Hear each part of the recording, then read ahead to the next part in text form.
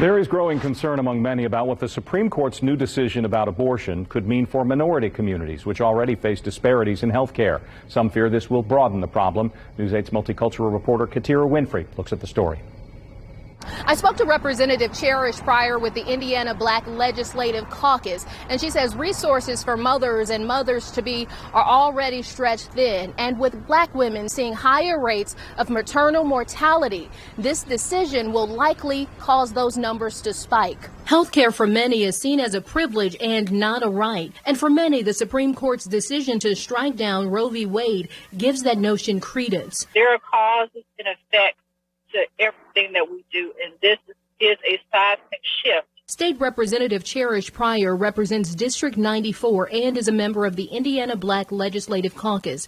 And she says the state will have a lot of work to do to counter what this decision could bring. Or the number of kids that are going to be in poverty is definitely going to increase. The number of families that are going to be in poverty. When the Supreme Court decision memo leaked in early May, Kit Malone with the ACLU says she knew this time would come, adding that the people making the policy won't necessarily feel its impact. We know in Indiana, where we have the nation's third worst infant mortality rate, and we know that that is even worse for black women. Rima Shahid is Women for Change Executive Director, also points out the healthcare disparities in marginalized communities, adding that Indiana has many health and maternity care deserts, and that exacerbates the issue, bringing up the case of a black IU health doctor who died while giving birth. She says wealth and status doesn't always matter. It's taken 50 years for us to get here.